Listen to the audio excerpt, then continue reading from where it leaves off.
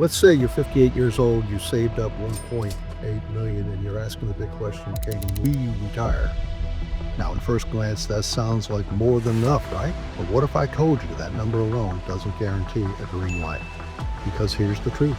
I've worked with people who've saved less and retired comfortably, and others who've had more, but couldn't make it work. Why? Because retirement isn't just about the size of your savings. It's about how and when you use it.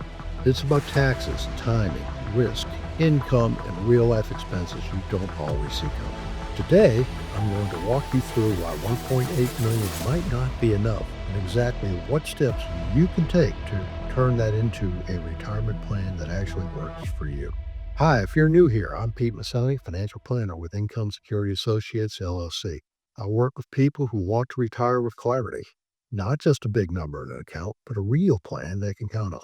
If you find this helpful, be sure to like, comment, or subscribe so you don't miss future videos. So let's start here. Yes, 1.8 million is a strong position to be in at age 58.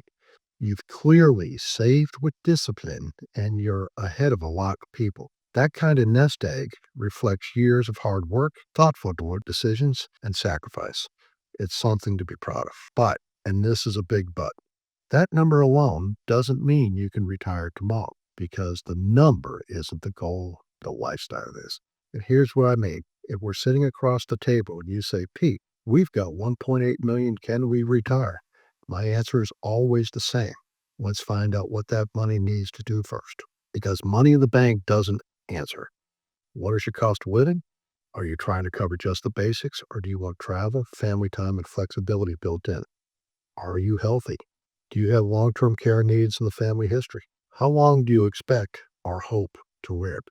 These aren't just soft questions. They're critical because a plan that works for somebody retiring at 65 may not hold up for somebody leaving work at 58, especially if you've got another 30 or 35 years to cover. Let's take a few examples. One couple I worked with had 1.6 million at age 59 and were eager to retire. But when we looked closer, they were spending over 120,000 a year and planning to claim Social Security early. Their plan would have worked for about 15 years. Then things got tight. Another couple had just over 1 million but lived modestly, paid off their mortgage, and delayed Social Security. With a solid withdrawal strategy, they had a much higher probability of long-term success. Then there's the income picture. Maybe you'll start Social Security at 67. Maybe you'll wait until 70. That's still 9 to 12 years of covering full expenses from savings alone. And those expenses, they're not static. Healthcare, housing, inflation, all of those things keep ticking up, which means your money needs to not only last, it needs to grow responsibly while you're drawing from it. It's also important to look at what type of accounts your savings are in. Are most of these dollars in pre-tax accounts like IRAs and 401ks? That money is going to be taxed when you withdraw it. So 1.8 million might not actually spend like 1.8 million. In real terms, you could be looking closer to 1.3 or 1.4 million in usable cash, depending upon your tax rate and withdrawal strategy. You might have money spread out across different buckets. A brokerage account with taxable gains, a high yield savings account for emergencies, Roth IRAs or 401ks for tax-free growth. Each of these plays a different role in your income plan, and how you use them matters. Here's the key takeaway. 1.8 million is a great milestone, but it's just one input in a much bigger equation. You also need a clear understanding of your retirement spending needs, a coordinated income and withdrawal strategy, a plan for how your savings will adapt to inflation, taxes, and market movement, an investment allocation that balances growth with protection. So before we give that final yes or no to retirement, we have to zoom out and make sure your life savings supports the retirement you want to live. So you've got 1.8 million saved up. That's good news. Now comes the hard question. How do you turn that into a steady, reliable paycheck that lasts 30 plus years? This is the part where retirement gets real. Because unlike your working years, you're not building wealth anymore. You're living off of it. And that means every withdrawal, every market dip, every tax decision carries more weight. Let's break it down. First, we need to think about Social Security. If you're retiring at 58, you're not eligible to claim benefits for at least 4 more years. And the longer you wait up until age 70, the bigger your benefit. For many people, delaying can make a big difference in long term income. But that means you need to fund those early years, maybe 5, 10, even 12, entirely from your savings. So your portfolio just doesn't need to exist, it needs to work. Second, let's talk about withdrawal strategy. The order you pull money from your accounts matters. Are you starting with taxable accounts so your tax deferred ones can keep growing? Are you coordinating withdrawals with when your required minimum distribution RMTs will hit? Are you building a Roth conversion strategy now to avoid bigger tax bills later? These decisions don't just affect this year's taxes, they shape the entire trajectory of your retirement income.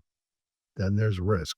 If you're invested too aggressively and the market drops early in retirement, what we call sequence of returns risk, it could do lasting damage. Pulling money out of a shrinking portfolio compounds losses and reduces long term sustainability. That's why we often recommend building a cash flow cushion. Having a portion of your portfolio in lower risk, more stable assets that can cover your expenses for a few years. That way, you're not forced to sell investments when they're down. This might include a high yield savings or money market fund for the first 6 to 12 months of expenses, a short term bond ladder for the next 2 to 4 years, and your longer term investments still growing in the background. Finally, don't forget healthcare. Retiring before 65 means you'll need to bridge the gap before Medicare kicks in. That's a major cost for many early retirees. And if you don't plan for it, it can derail even the best strategies. Bottom line, the transition from we've saved enough to we're living off of our savings isn't automatic. It takes structure, coordination, and a strategy that adapts as life does. Because retirement isn't just about having money, it's about making it last. So we've talked about the money. Now let's talk about the life. Because one of the biggest surprises I see when people retire is this: they plan for the finances, but not the lifestyle shift. Here's the truth: retirement isn't just about stopping work, it's about stepping into a new chapter, and that chapter needs definition. So let me ask you, what are you retiring to? Is it time with the grandkids, going across the country in an RV, volunteering, starting a part time business, exploring or expanding a hobby you never had time for, or maybe just about staying home and enjoying the peace and rhythm of unscheduled days? Or are you just hoping the days fill themselves in? Because I've seen it go both ways. Some people retire and thrive. They feel energized, purposeful, free. They finally have time for what lights them up: morning walks, mentoring others, even started that book they have always talked about writing. Others retire and within a few months feel restless, isolated, or even anxious. Not because they miss work, but because they miss structure, connection, and a reason to get up in the morning. This is where the emotional side of retirement comes in, and it's every bit as important as the financial side. You want to make sure that the life you're building, this 1.8 million is meant to support, actually fits who you are now and who you want to be moving forward. And here's where the two sides meet. If you want flexibility, your finances need margin. If you want peace of mind, your plan needs to be clear. If you want to say yes to opportunities, time with family, meaningful projects, spontaneous travel, your income needs to be designed to support that without guilt or hesitation. For example, let's say one of your goals is to spend too much each year visiting your adult children who live in different states. That's not a huge cost, but it's something we need to build into your plan. Airfare, accommodations, the ability to rent a car or take time off from a part time role without worry.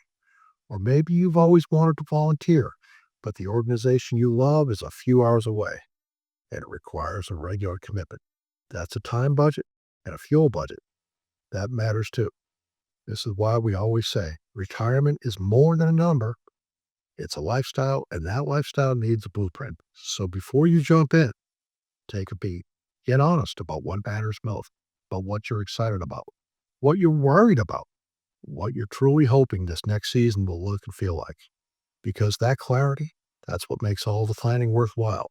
And when you pair a strong financial foundation with a meaningful vision. That's when retirement truly starts to feel like freedom. So, can a couple at 58 with 1.8 million retire? The short answer, maybe.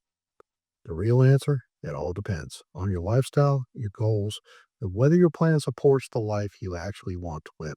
You've already done the hard part. You saved. You built the foundation. But now it's time to take the next step, turning those savings into a plan that creates income, flexibility, and peace of mind.